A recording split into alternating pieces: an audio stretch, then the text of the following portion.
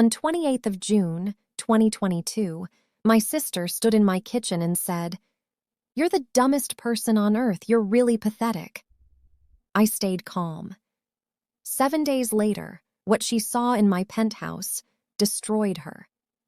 My name is Amara Cole, and I'm 29 years old.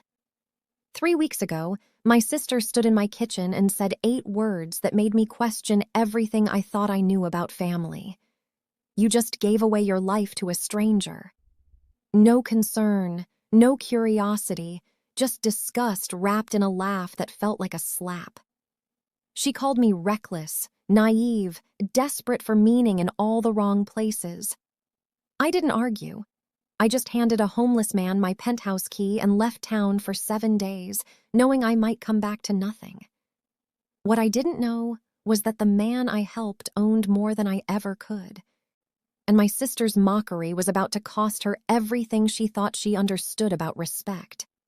Before I go further, hit subscribe if you want to see how this ends, but only if you're ready for what kindness really looks like. Now let me take you back to the day I made the decision everyone called crazy. It started on a Tuesday morning outside my building. I was leaving for work, coffee in one hand, phone in the other, mind already racing through client meetings and deadlines. That's when I saw him. A man sitting against the brick wall near the entrance, head down, hands folded in his lap. He wasn't asking for anything. No cup, no sign, no eye contact, just sitting. Something about his stillness made me stop. I don't know why. Maybe it was the way he looked like he was trying to disappear. Maybe it was because I'd walked past 100 people like him and never once stopped. I crouched down. "Excuse me, are you okay?" He looked up slowly. His eyes were tired but clear. Calm. "I'm fine. Thank you." His voice didn't match what I expected. It was steady, almost formal. "You need food? I can grab you something." He shook his head. "I'm all right." But I wasn't. Something in me couldn't let it go. I stood there like an idiot, holding my coffee, trying to figure out why this felt different. Then I did something I still can't fully explain. I pulled out my building key card. I have a place upstairs. It's empty most of the time. You can stay there for a bit. Get warm. Clean up. He stared at me like I'd just spoken another language. "I don't need charity. It's not charity. I'm leaving town for a week anyway. The place will just sit there." He didn't respond right away. When he finally nodded, it wasn't gratitude. It was something quieter. Acknowledgement. I gave him the key and my access code. Told him where the spare bedding was. Told him to help himself to whatever was in the fridge. Then I left. I didn't ask his name. I didn't take a picture. I didn't tell anyone except my best friend, who immediately called me insane. "Amara, you gave a stranger your penthouse? What if he robs you? What if he's dangerous? What if this is the dumbest thing you've ever done?" I didn't have good answers. I just said I'd be fine and hung up.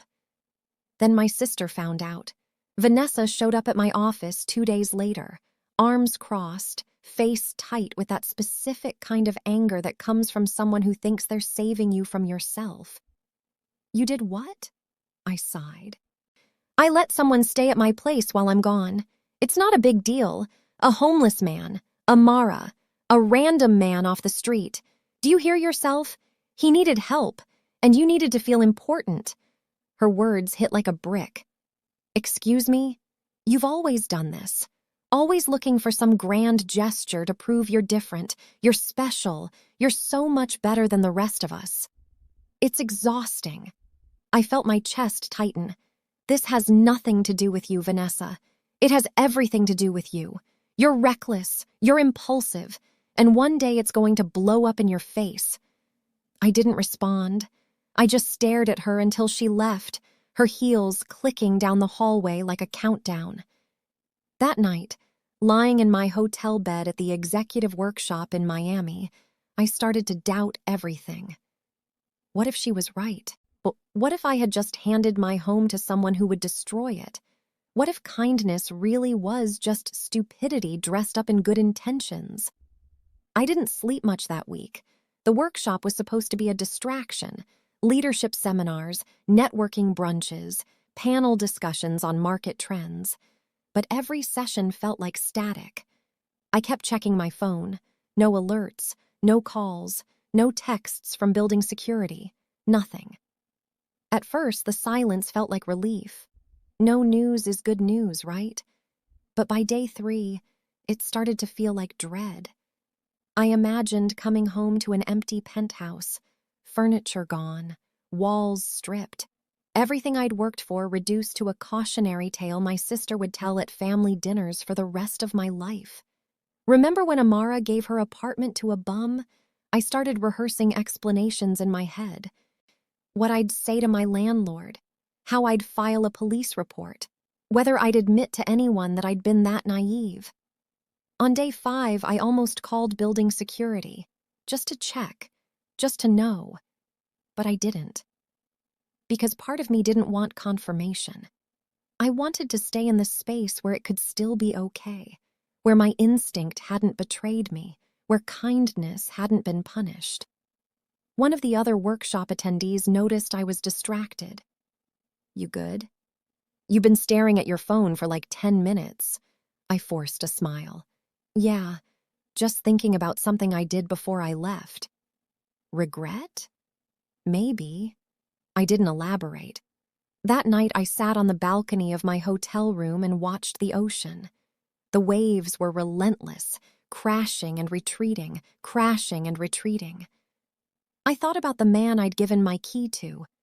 I realized I knew nothing about him. Not his name, not his story, not whether he was grateful or angry or indifferent. I'd made a choice based on a feeling, and now I was paying for it in sleepless nights and spiraling thoughts.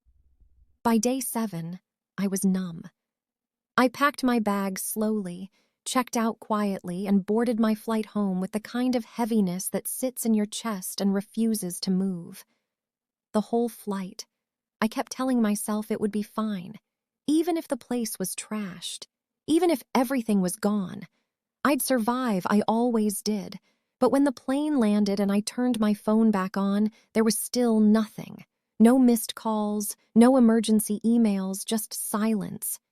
And somehow, that felt worse than any disaster could have. I got home just after sunset. The building looked the same. No police cars, no broken windows, no chaos. I walked through the lobby, nodded at the doorman, and headed for the elevator. My heart was pounding so hard I thought he could hear it. When I reached my floor, I stood outside my door for a full minute before trying my access code. I pressed the numbers slowly. The keypad blinked red. Access denied. I tried again. Same result. My stomach dropped. I tried a third time, hands shaking now. Nothing. Then I heard footsteps behind me. I turned. 2 men in suits stood in the hallway. One of them stepped forward. "Miss Cole? Who are you?" "I'm Jonathan Graves. I'm an attorney. My client would like to speak with you." "Your client?" "The man you allowed to stay here. He's inside." I stared at him. "Inside my apartment?" "Your unit, yes. But there's been a development. I suggest you come in." He gestured toward the door, which was now being opened from the inside by a man in a dark jacket. Security. My legs felt weak. I stepped inside. Nothing was destroyed. In fact, everything looked cleaner than when I'd left. The floors gleamed. The furniture was arranged differently, more deliberately. The air smelled faintly of cedar. And standing in the center of my living room, hands in his pockets, was the man I'd given my key to. He looked different. Clean-shaven, dressed in a tailored black shirt and slacks. His posture was straighter. His presence filled the room in a way it hadn't before. "Ms. Cole." His voice was calm, almost warm. "I'm glad you're back." "What's going on?" I tried to keep my voice steady. "Who are you?" "My name is Julian Cross." Julian Cross. The name landed like a stone. I knew that name. Everyone in real estate knew that name. He was a ghost. A legend. The founder of Cross Holdings, a private equity firm that owned half the commercial properties in the city. He'd disappeared from public life 2 years ago after his wife died. No one knew where he went. Some people thought he'd left the country. Others thought he'd lost his mind. And I'd given him my penthouse. I don't understand. I own this building, Ms. Cole, not your unit. You own that. But the building itself, the land it sits on, the systems that keep it running, that's mine. My mouth went dry. You've been living here for 3 years, the lawyer added, and you've been an excellent tenant, but Mr. Cross wanted to meet you personally before proceeding. Proceeding with what? Julian stepped closer. Before deciding what to do next, I stood frozen. My brain couldn't catch up. Why were you on the street? Oh, Julian's expression didn't change. After my wife passed, I stopped recognizing myself. I had everything: money, influence, control, but none of it meant anything. So I left. I walked away from the firm, the board meetings, the whole machine. I wanted to see the city the way people do when they have nothing, when no one knows your name. He paused. I wanted to know what people are really like when there's no benefit to being kind. And you were kind. I wasn't kind. You were. You didn't ask for my story. You didn't take a picture. You didn't post about it. You didn't even tell your sister until she forced it out of you. I felt my face flush. You know about that? Julian's lawyer cleared his throat. Mr. Cross had his team monitor the situation remotely, for safety purposes, standard protocol. I wasn't sure if I should feel relieved or violated. Julian continued. Most people help because they want to be seen helping. They want credit, validation, proof that they're good. You didn't. You just gave me a key and left. That's not generosity. That's trust. And trust is rare. I still don't understand why you're here. Because I want to know if it was real. He looked me directly in the eye. If I had been no one, if I had nothing to offer you, if this moment right here never happened and you came home to find me gone and your place untouched and you never saw me again, would you still feel like you made the right choice? I didn't hesitate. Yes. Why? Because I didn't do it for a reward. I did it because I couldn't walk away. Something in his face softened. That's what I needed to know. He gestured to the lawyer, who handed me an envelope. Inside was a letter, handwritten. It thanked me. Not for charity, for dignity. At the bottom, Julian had written one line. You reminded me why I built everything in the first place. Not to own it, to see what people do when they think no one's watching. I looked up. So what happens now? Julian smiled faintly. That depends on you. I need you to understand something. Julian's voice was steady, but there was weight behind it. I wasn't testing you. I wasn't running some social experiment to see if you'd pass. I was testing myself. After Elena died, I thought I'd lost the part of me that believed people could still be decent. I thought grief had burned it out. So I walked. For months. And most of what I saw confirmed what I feared. People stepped over me, avoided eye contact, treated me like I was invisible. Oh, or worse, like I was a problem they didn't want to deal with. Then I met you.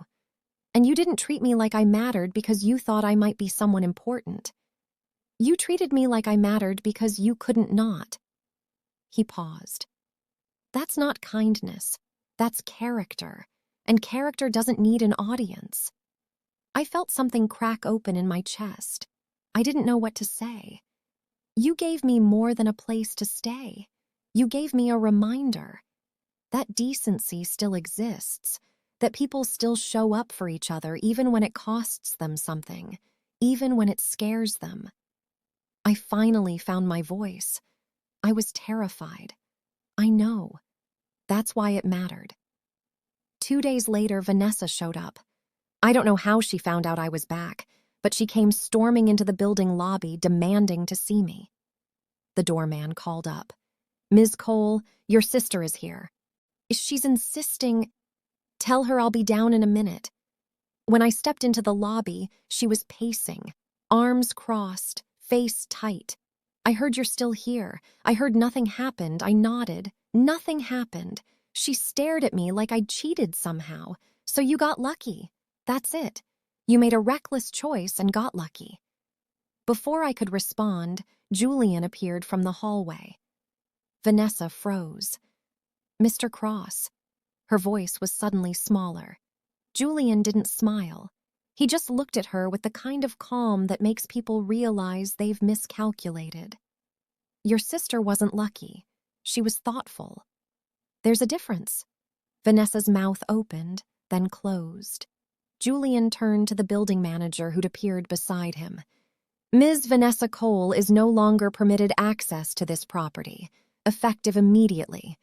Her face went pale. "You can't." "I own the building, I can." She looked at me, panic flashing in her eyes. "Amara." I didn't say anything. I just watched as security escorted her out. Not roughly, not cruelly, just firmly. The doors closed behind her, and for the first time in years, I felt the weight of her judgment lift. Julian and I stood in the lobby for a moment after she left. He turned to me.